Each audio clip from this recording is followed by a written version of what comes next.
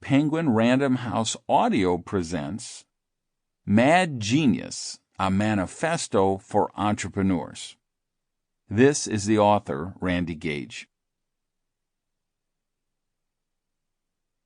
What is it about genius that tortures so many who possess it? A mad genius, if ever there was one, Hunter S. Thompson, was asked how he created his unique brand of brilliance. His reply was inspired, if a little unnerving. I hate to advocate drugs, alcohol, violence, or insanity to anyone, but they've always worked for me. I wish I could say the muse for this book was a sudden inspiration of genius, but it was actually germinated in an environment of shame and wretched despair. Shame because I was lying around my apartment trying to throw off the after effects of a binge relapse with crystal meth, an addiction I thought I had long ago conquered.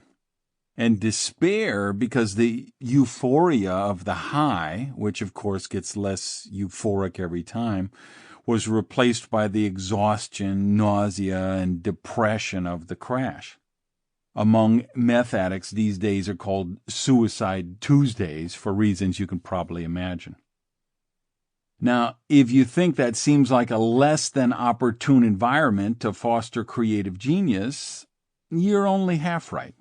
Because sometimes it's when we're at our lowest state, facing our most difficult challenges, that we pull ourselves together, marshal our resources, and decide that the alternative to hopelessness is actually hope after all. You're going to find this is a recurring theme in this manifesto. Why no is never the answer, failure isn't final unless you quit, and how challenges offer the greatest opportunities for innovation and creation.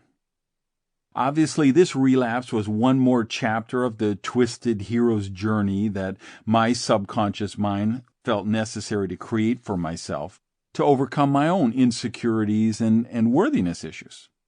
The good news is, I believe this won't happen again. Sometimes you just know when you're done. I felt that way after I took my last drink on my 20th birthday, and 35 years later, never had another desire for another one.